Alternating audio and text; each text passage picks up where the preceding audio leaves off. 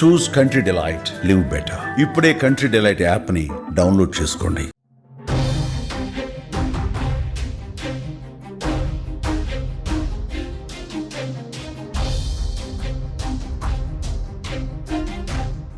బీభత్సం, భయానకం, మళ్ళీ అమెరికా వెన్నులో వణుకు పుట్టిస్తోంది కోవిడ్-19. అమెరికాలో ఉగ్ర రూపాన్ని చూపిస్తోంది కోవిడ్-19. NB1.8.1 అనే వేరియంట్ అమెరికాలో మరణ శాసనం రాస్తోంది, ప్రాణాలు తీస్తోంది. ఇప్పటికున్న సమాచారం ప్రకారం వారానికి 350 మంది అమెరికాలో కరోనా బారిన పడి ప్రాణాలు కోల్పోతున్నారు. ఈ సంఖ్య ఈ నెలలో 1500కు చేరుకునే అవకాశం చాలా స్పష్టంగా కనిపిస్తుంది. అమెరికాలో వ్యాక్సిన్ వేసుకున్న వాళ్ళ సంఖ్య చాలా తక్కువగా ఉండటంతో ఎక్కువగా వృద్ధులు, పిల్లలు, వ్యాక్సిన్ తీసుకొని వాళ్ళు ఈ NB1.8.1 బారిన పడుతున్నారు. కొత్త కరోనా వైరస్ బారిన పడి ప్రాణాలు కోల్పోతున్నారు. ఇటు పాజిటివ్ కేసుల సంఖ్య కూడా వేలల్లో కనిపిస్తుంది అమెరికాలో. ప్రస్తుతం అమెరికా మళ్ళీ కరోనా పేరు చెబితే వణికిపోయే పరిస్థితి కనిపిస్తుంది. అమెరికాలోని కాలిఫోర్నియా, వాషింగ్టన్, అట్లాగే Virginia, New York, Ohio, Hawaii, Rhode Island ఏరియాలో కరోనా రూపం చాలా భయంకరంగా కనిపిస్తుంది. ఇక్కడ మరణ మృదంగాన్ని మోగిస్తోంది కరోనాను చూసి వణికిపోతుంది. ప్రపంచవ్యాప్తంగా కరోనా వేగంగా విస్తరిస్తోంది. మళ్ళీ కరోనా వేవ్ చాలా స్పష్టంగా కనిపిస్తోంది. ఇప్పటికే WHO చాలా స్పష్టంగా ఆదేశాలు జారీ చేస్తుంది. కరోనాని కట్టడి చేయాలి అంటే ఎవరికి వాళ్ళు సొంతంగా పరిశుభ్రతను పాటించాల్సిన అవసరం ఉందని. ఇటు ఇండియాలో కూడా కరోనా విజృంభిస్తోంది. ఇప్పటి వరకు 1010 కేసులు నమోదైనట్టుగా తెలుస్తుంది. 4 మరణాలు నమోదయ్యాయి. కేరళలో అత్యధికంగా 400కు పైన 430కి పైగా కేసులు నమోదయ్యాయి. మహారాష్ట్రలో 209 కేసులు, ఢిల్లీలో 104 కేసులు. ఇటు భారత్లోనూ కరోనా వేగంగా విస్తరిస్తోంది. అయితే వైద్య నిపుణులు చాలా స్పష్టంగా చెప్తున్నారు, భయపడాల్సిన పని లేదని. కానీ భయపెడుతోంది కరోనా. జాగ్రత్తగా ఉండాల్సిన అవసరం మాత్రం చాలా స్పష్టంగా ఉంది. ఇటు చైనాలోనూ కరోనా వేగంగా విజృంభిస్తోంది, వేగంగా విస్తరిస్తోంది. స్విట్జర్లాండ్లో కూడా కరోనా చాలా వేగంగా, అంటే దక్షిణ ఏషియా దేశాల్లో కూడా చాలా వేగంగా కరోనా విస్తరిస్తుంది. అయితే అమెరికాకు సంబంధించిన మరింత సమాచారాన్ని, అప్డేట్ని మా ప్రతినిధి సాయి అందిస్తారు. Sai, good morning. అమెరికాలో మళ్ళీ కరోనా విజృంభణ కనిపిస్తుంది. ఈ వారం 350 మంది చనిపోయినట్టు CDC చెప్తోంది. ఈ మరణాల సంఖ్య మళ్ళీ పెరిగే ఛాన్సెస్ కనిపిస్తుందా? తిరుమల ఇప్పటికే మొత్తం అంటే ఎప్పుడైతే కూడా థర్డ్ వేవ్ ఎప్పుడైతే కంప్లీట్ అయిపోయిందో అప్పటి నుంచి పూర్తిగా కోవిడ్ అనేది రాదు అని అందరూ భావించారు. బట్ ఏదైతే మెల్లమెల్లగా మలేషియా, సింగపూర్ లాంటి దేశాలను దాటి ఇప్పుడు ఏదైతే US ని తాకిందో ఇక్కడ నుంచి కూడా దాని ప్రభావం అనేది చాలా తీవ్రతగా ఉంది. బేసిక్ గా మన ఇండియాలోకి కరోనా ఎంటర్ అయిన దగ్గర నుంచి కూడా దాని ఎఫెక్ట్ పెద్ద కనబడలేదు. సో ఇది చాలా లైట్ తీసుకున్నారు చాలా మంది. కానీ US పైన దీని ప్రభావం చాలా చాలా ఎక్కువ ఉంది. బేసిక్ గా సెకండ్ వేవ్ లో ఏ విధంగా అయితే US దెబ్బతిందో ఈ కరోనా దెబ్బకి ఏదైతే అతలాకుతలం అయిపోయిందో అదే రేంజ్ లో ఇప్పుడు US ని ఇప్పుడు గడగడలాడిచ్చేస్తోంది.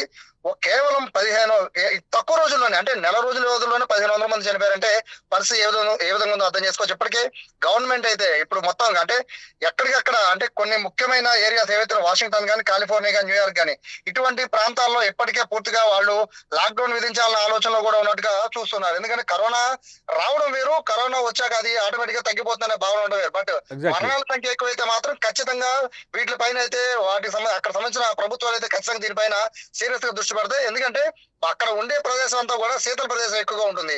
సో మన ఇండియా వాతావరణం చాలా డిఫరెంట్ గా ఉంటుంది. బట్ US వాతావరణం చాలా డిఫరెంట్ గా ఉంటుంది. కోవిడ్ ఎక్కువ అటాక్ అయ్యి ప్రజల ప్రాణాలు తీసేది లంగ్స్ లో కాబట్టి సో దాని ప్రభావం ఎక్కువగా US లాంటి ప్రాంతాల్లో ఎక్కువ దాని ప్రభావం చూస్తుంది. మలేషియా, సింగపూర్ లాంటి కంట్రీస్ లో కోవిడ్ వచ్చినా అక్కడ మరణాల సంఖ్య ఎంత భారీగా లేదు. బట్ అక్కడ 2 నెలల నుంచి కూడా మలేషియా, సింగపూర్ లో భారీ స్థాయిలో కేసులు ఉన్నాయి. కానీ మరణాలు ఈ స్థాయిలో లేవు. కానీ US లో చూస్తుంటే అతి తక్కువ రోజుల్లోనే కరోనా ఎంటర్ అవడంతోనే, రీఎంట్రీ ఇవ్వడంతోనే ఇంత బీభత్సంగా కనిపిస్తే అమెరికా దీన్ని మళ్ళీ తట్టుకునే కెపాసిటీ ఉందంటే అవసరం. ఇప్పుడు అమెరికా ముందున్న అతి పెద్ద టాస్క్ ఇప్పుడు కోవిడ్ ని నియంత్రించడం కాకపోయినా ఇప్పుడు మరణాల సంఖ్యను తగ్గించడానికి ఏం చేయాలి అనేది చూస్తున్నారు. ఎందుకంటే ఇప్పటికే వ్యాక్సిన్లు అనేవి భారీ స్థాయిలో అమెరికాలో ప్రతి పౌరుడికి కూడా ఖచ్చితంగా వ్యాక్సిన్ వేయాలని రూల్ పెట్టి అందరికీ కూడా వ్యాక్సిన్ వేశారు. కానీ కరోనా వచ్చినా కూడా వ్యాక్సిన్లు పనిచేస్తున్నాయా లేదా అనేది ఒక డౌట్ గా మారింది. ఎందుకంటే ఇన్ని మరణాలు సంభవిస్తున్నాయంటే కోవిడ్ వ్యాక్సిన్ వేసుకుంటే మరణాలు సంభవించవు అనే ఒక అందరిలో ఒక అపోహ వచ్చింది. డాక్టర్లు కూడా అదే అన్నారు. కేవలం కోవిడ్ తగ్గించడానికి మాత్రమే వ్యాక్సిన్లు పనిచేస్తాయి తప్ప మరణాలు నియంత్రించలేవు, మరణాలకి దీనికి సంబంధం లేదు. కేవలం మన ఇమ్యూనిటీని బేస్ చేసుకుని మాత్రమే మరణాలు సంభవిస్తాయని అనేక మంది డాక్టర్లు అనేక మంది చెప్పినప్పటికీ కూడా కేవలం వ్యాక్సిన్ల మీద మాత్రమే ప్రపంచ దేశాలన్నీ కూడా ఆధారపడి ఉన్నాయి. సో ఇప్పుడు కోవిడ్ మళ్ళీ రాకుండా వ్యాక్సిన్ ఆపలేకపోతుంది. అలాగే అమెరికాను కూడా ఈ వ్యాక్సిన్లు కాపాడలేని పరిస్థితుల్లో లాక్డౌన్ ఒక్కటే శరణ్యం అన్నట్టుగా మారుతున్న పరిస్థితిలో ఇప్పటికే ఆర్థికంగా చాలా ఇబ్బంది పడుతున్న అమెరికాకు ఇప్పుడు మరొక ఇబ్బందిగా ఇది కోవిడ్ వచ్చిందనే చెప్పుకోవాలి. అయితే ఈ వేరియంట్ అనేది ఒమిక్రాన్ కి సంబంధించిన సబ్ వేరియంట్ కింద దీన్ని భావించాలి. NB1 అనే వేరియంట్ మొదట్లో ప్రమాదం కాదని అందరూ చెప్పారు. WHO కూడా పెద్ద ప్రమాదం కాదని చెప్తోంది.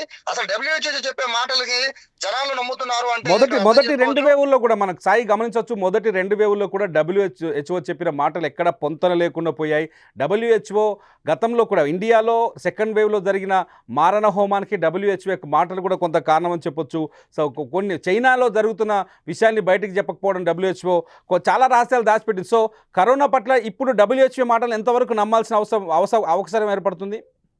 ప్రజలు ఇండివిజువల్ గా WHO నమ్మే పరిస్థితి అయితే ప్రపంచ దేశాలు ఎవరు కూడా నమ్మట్లేదు. ఎందుకంటే ఏ వేరియంట్ వచ్చినా ఏ వేవ్ వచ్చినా వాళ్ళు కరోనా ఏం చేయదని చెప్పుకుంటూ వెళ్ళారు.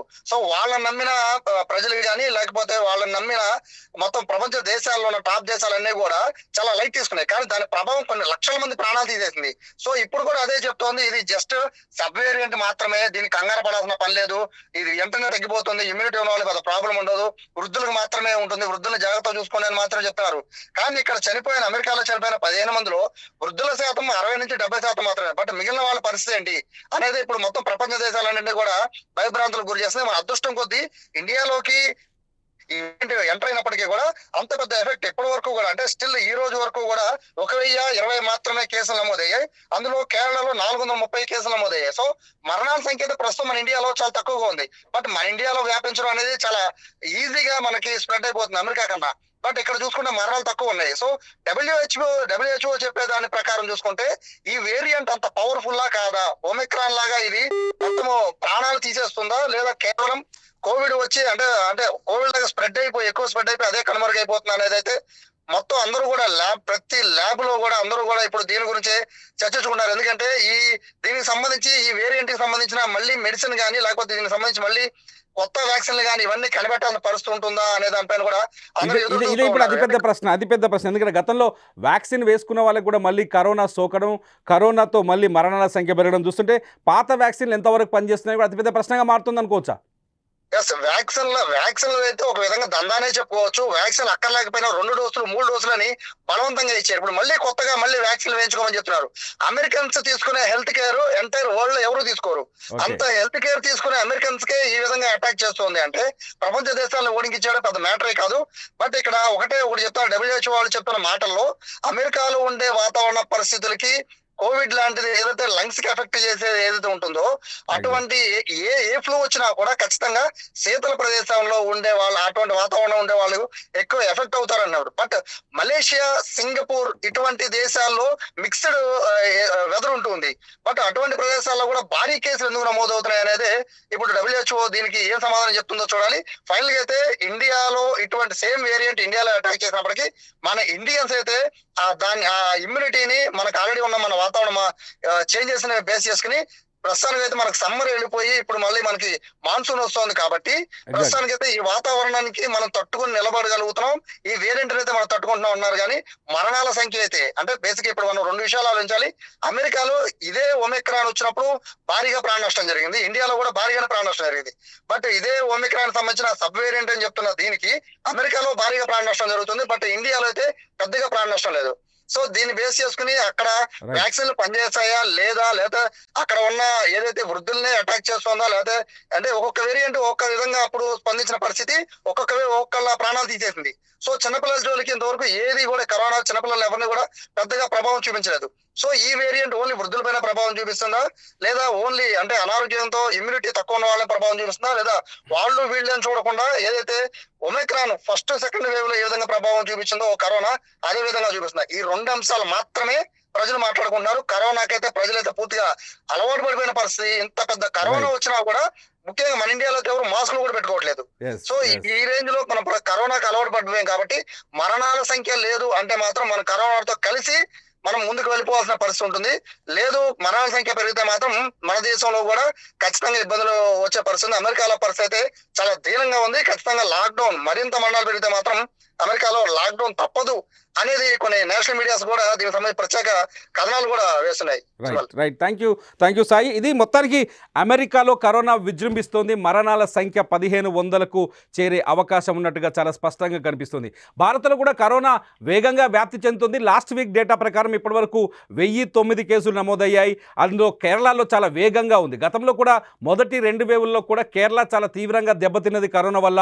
3వ వేవ్, ఇది ఒక రకంగా 3వ వేవ్ అనుకుంటే కేరళలో 430 కేసులు నమోదయ్యాయి. ఇది వర్షాకాలం, చిత్తడి నేలలో వచ్చే ప్రయత్నం.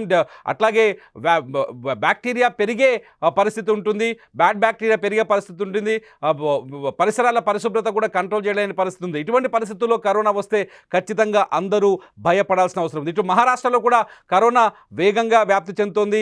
తెలుగు రాష్ట్రాల్లో కూడా సంఖ్య ఇంకా 10కి లోపే, 2 తెలుగు రాష్ట్రాల్లో కలిపితే 10కి లోపే కరోనా పాజిటివ్ కేసుల సంఖ్య కనిపిస్తుంది. కరోనా పట్ల జాగ్రత్తగా ఉండాల్సిన అవసరం అయితే ఉంది. ఏదైతే అమెరికాలో మరణాలకు కారణమవుతున్న NB1.8.1 వైరస్ వేరియంట్, ఇది ఒమిక్రాన్ నుంచి వచ్చింది వేరియంట్. ఈ వేరియంట్ ఇండియాలో కూడా ఉంది. ఇండియాలో మొత్తం ఇప్పటికున్న సమాచారం ప్రకారం VN.1 ఒక వేరియంట్ ఉంది, అట్లాగే NB1.8.1 ఒక వేరియంట్ ఉంది, అట్లాగే LF7 ఈ 3 వేరియంట్లు ఇండియాలో విజృంభిస్తున్నాయి ఇప్పటికున్న సమాచారం ప్రకారం. భారత్లో కరోనా వ్యాప్తికి అవకాశాలు కూడా చాలా ఎక్కువగా ఉంటాయి. ఎందుకంటే ప్రజలంతా కరోనాని దాదాపు మరిచిపోయిన పరిస్థితుల్లో మళ్ళీ కరోనా విజృంభించడం నిజంగానే అందరికీ భయాందోళన కలిగిస్తుంది. అమెరికా సిచ్యువేషన్ చూస్తుంటే ఇంతకుముందు సాయి చెప్పినట్టు థాయిలాండ్ కావచ్చు, లేకపోతే మలేషియా కావచ్చు, సింగపూర్లో కావచ్చు, అక్కడ ఇమ్యూనిటీ సిస్టమ్ వేరు, అక్కడ ఇమ్యూనిటీ పవర్ వేరు. అక్కడ మరణాల సంఖ్య, ఒకవేళ వైరస్ చాలా వేగంగా విస్తరించినప్పటికీ అక్కడ మరణాల సంఖ్య చాలా తక్కువగా కనిపించింది. కానీ అమెరికాలోకి రీఎంట్రీ ఇవ్వడంతోనే ఒక్కసారిగా మరణాల సంఖ్య పెరుగుతోంది. ఆ centre for disease control and prediction వీళ్ళు CDC, అమెరికా CDC చాలా స్పష్టంగా చెప్తుంది, ఇప్పటికైతే 350 మంది చనిపోయారు. ఈ మరణాల సంఖ్య ఈ నెలకి 1500కు చేరే అవకాశం ఉందని. కరోనా పట్ల మనమందరం జాగ్రత్తగా ఉండాలి. కరోనాని లైట్ తీసుకోవడం మాత్రం చాలా ప్రమాదం. కరోనా ఏ క్షణంలోనైనా ఏ విధమైన ప్రభావాన్ని చూపించవచ్చు. కరోనా పట్ల మీరెంత జాగ్రత్తగా ఉన్నారు? కరోనాని నిర్మూలించడానికి, కరోనాని కంట్రోల్ చేయడానికి మీరేం చేస్తున్నారు? ఈ వీడియో కింద ఖచ్చితంగా కామెంట్ చేయండి. చూస్తూనే ఉండండి సుమన్ టీవీ లైవ్.